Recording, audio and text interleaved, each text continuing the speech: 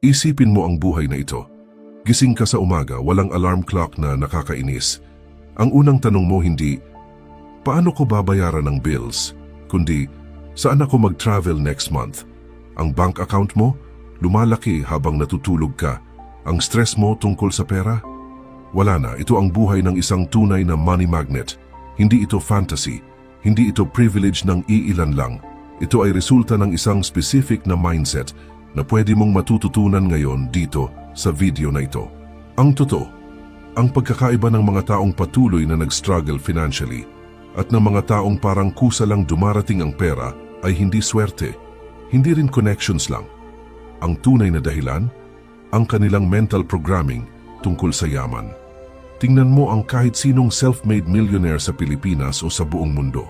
Mula kay Henry Sy hanggang sa mga bagong billionaires ng tech industry. Lahat sila may isang commonality. Nag-shift sila from scarcity mindset papunta sa abundance mindset. At dito papasok ang revolutionary na concept na itinuro ng isa sa mga greatest minds in wealth psychology, si Napoleon Hill. For over 20 years, nag-study siya ng mga pinaka-successful na tao sa mundo. Ang natuklasan niya, may formula ang pagyaman, may science, may energy. At ang unang step, ang pagiging isang legit na money magnet.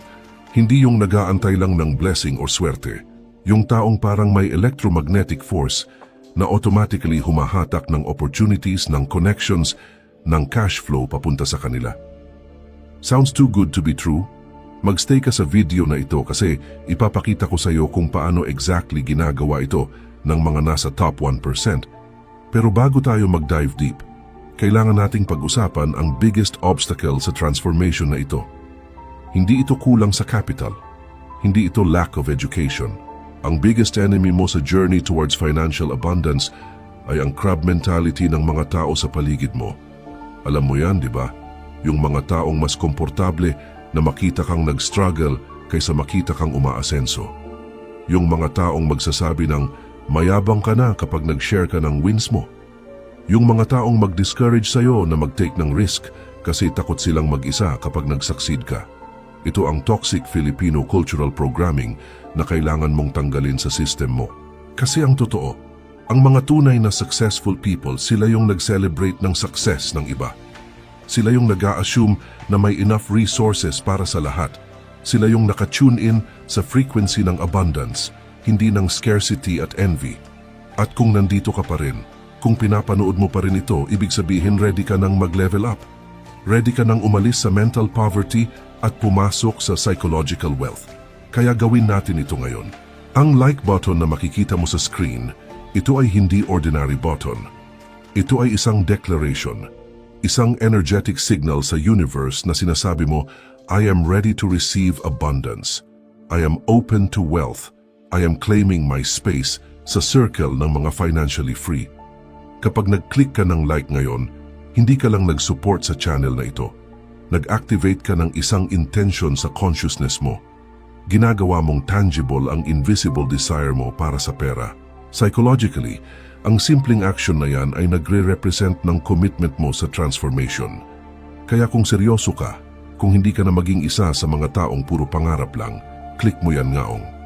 Tandaan mo, ang smallest actions create the biggest shifts. Ang pagiging hesitant mo sa simpleng bagay ay reflection ng pagiging hesitant mo sa opportunities. Kaya prove it to yourself. Click like. I-affirm mo sa sarili mo at sa universe na worthy ka ng abundance na paparating na.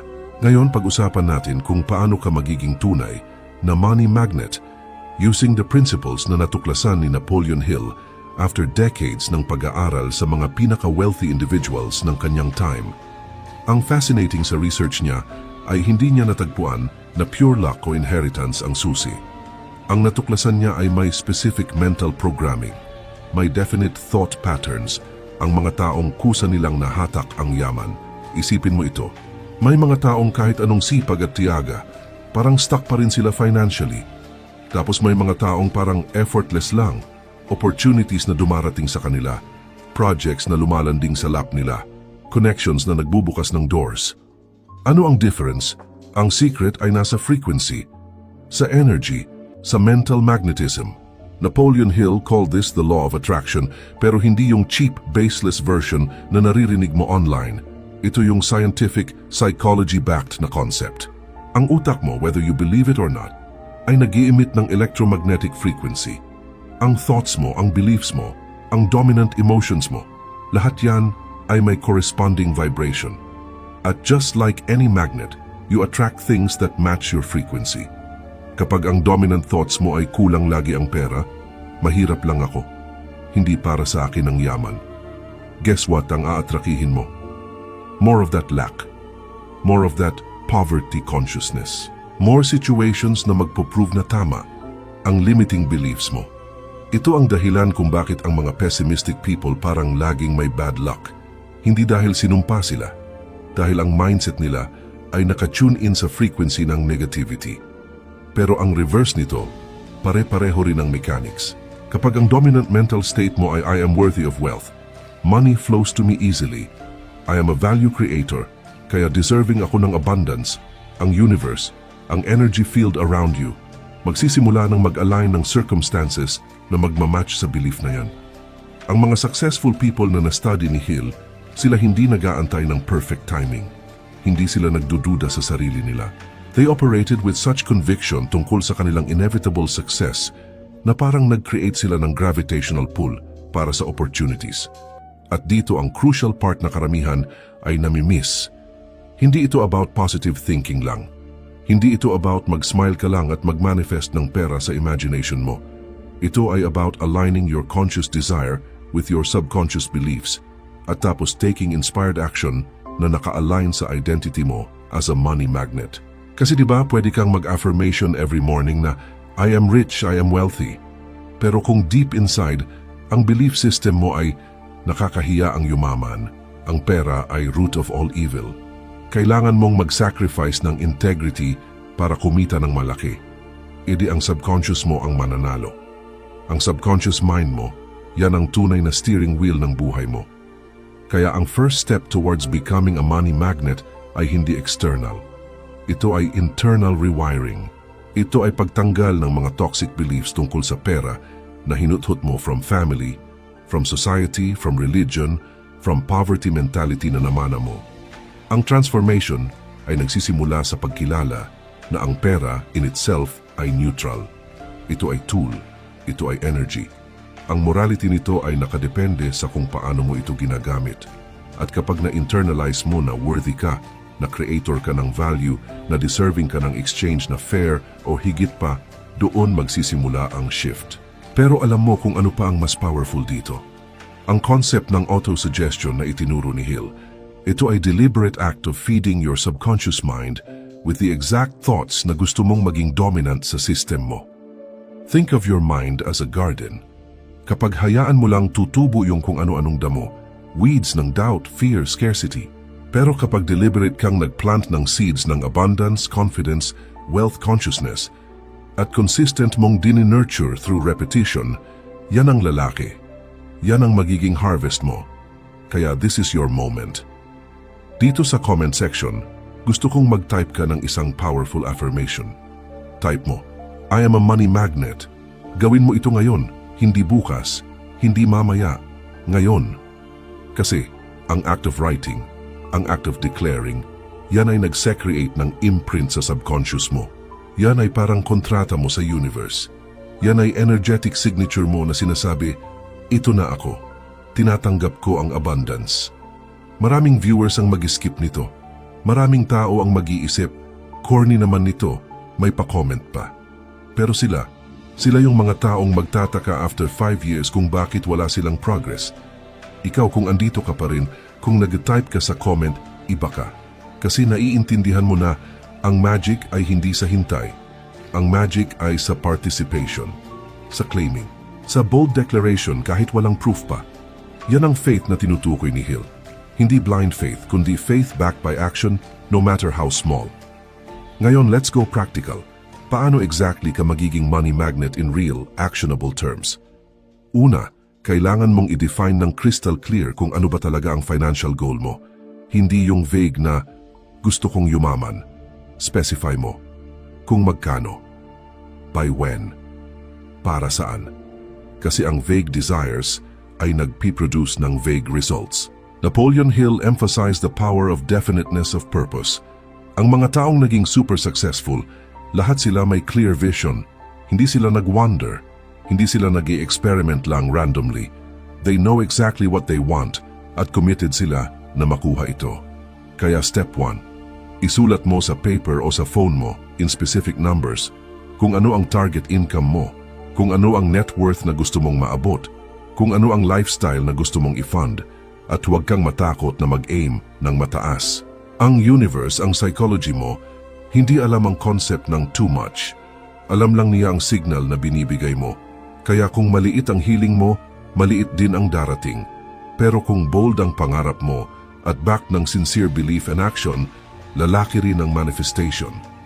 Pangalawa, surround yourself with the right energy. Ito yung mahirap pero most impactful.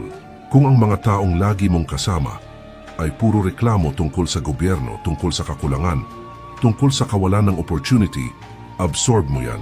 Ang energy is contagious. Ang mindset is transferable. Kaya, if you're serious about becoming a money magnet, kailangan mong either mag-level up ng circle mo or mag-limit ng exposure mo sa toxic, scarcity-minded people. Hindi ibig sabihin ay abandonin mo ang lahat, pero ibig sabihin, protect your mental space. Consume content na nag-i-empower sa'yo. Pag-usapan ng success, hindi ang failure. Mag-invest ka sa relationships na collaborative, hindi competitive. Yung mga taong inspired para sa growth mo, hindi threatened. Kasi tandaan mo, you are the average of the 5 people na lagi mong ka-interact. Kung ang 5 people na yan ay broke at bitter, saan ka pupunta? Pero kung ang 5 people na yan ay ambitious, optimistic, action-oriented, kahit hindi pa sila super rich, ang direksyon nyo ay pareho pataas. Pangatlo, adopt the habit of acting as if you already are the person na may abundance. Hindi ko sinasabi na mag-splurge ka nang wala ka naman. Hindi ko sinasabi na mag-pretend ka na mayaman ka na physically. Ang sinasabi ko, mag-behave ka internally na parang may abundance ka na. Ano ang difference? Yung taong may scarcity mindset, takot siya gumastos kahit sa education niya. Takot siya mag-invest sa sarili. Nag-hoard ng pera, pero walang nag-grow. Pero yung taong may abundance mindset, alam niyang ang pera ay tool na pwedeng mag-multiply kapag ginamit sa tamang way. Kaya mag-invest siya sa skills. Mag-invest siya sa experiences na mag-i-expand ng network niya.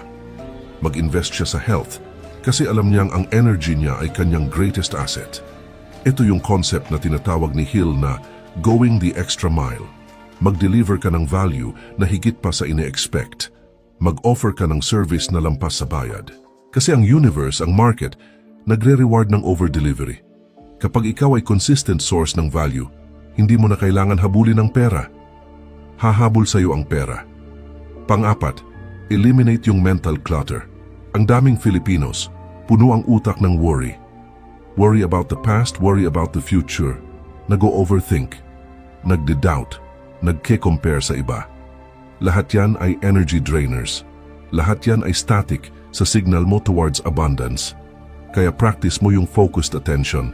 Kapag nag-work ka, work ka. Kapag nag-plan ka, plan ka. Huwag kang mag-multitask ng distractions kasi ang successful people, ang kanilang advantage ay hindi lang IQ. Ang advantage nila ay focus. Yung ability nilang mag-concentrate sa isang goal hanggang sa maabot nila. Hindi sila distracted ng drama. Hindi sila nalulunod sa news cycle. They guard their attention like it's their most valuable currency. Kasi it is. Isipin mo, kung ang focus mo ay scattered, paano ka mag-create ng results na concentrated?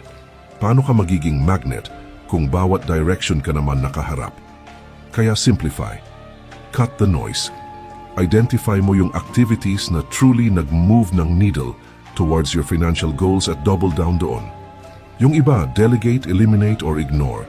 Panlima, at ito yung most misunderstood, learn the language of money. Hindi yung literal na language, yung financial literacy. Yung pag-intindi kung paano gumagalaw ang pera, kung paano ito lumalaki, kung ano ang assets, ano ang liabilities, ano ang passive income. Maraming Pilipino, grabe magtrabaho pero walang naipon kasi hindi nila naiintindihan na ang sweldo ay hindi yaman. Ang sweldo ay cash flow. Ang tunay na yaman ay nandun sa assets na nag-generate ng income kahit hindi ka na nagtitrabaho.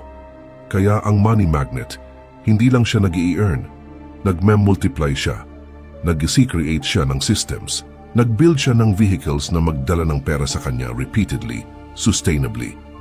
Pwedeng business yan, pwedeng investments, pwedeng intellectual property.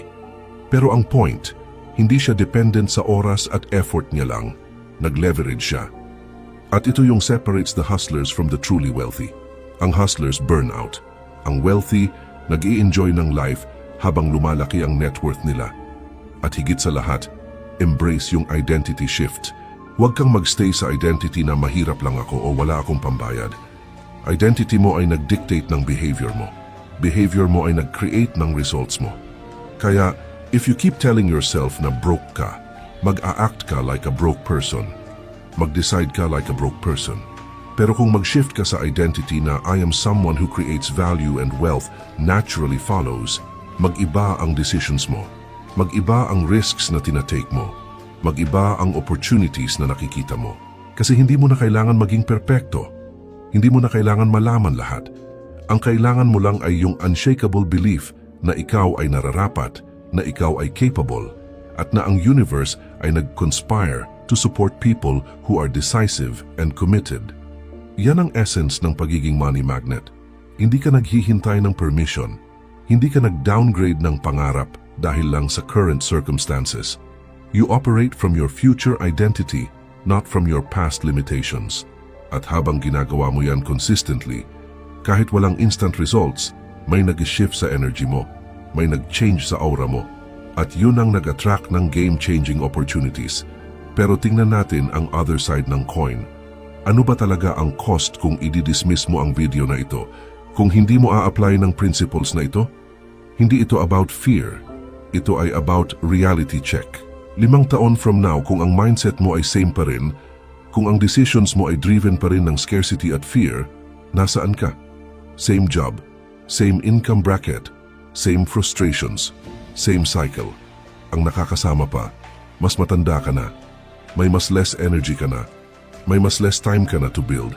Ang regret na yon, yung alam mong na-expose ka sa information na pwede sana mag-change ng trajectory mo, pero tinulog mo lang, tinamad ka lang, nag-doubt ka lang, yan ang pinakamasakit.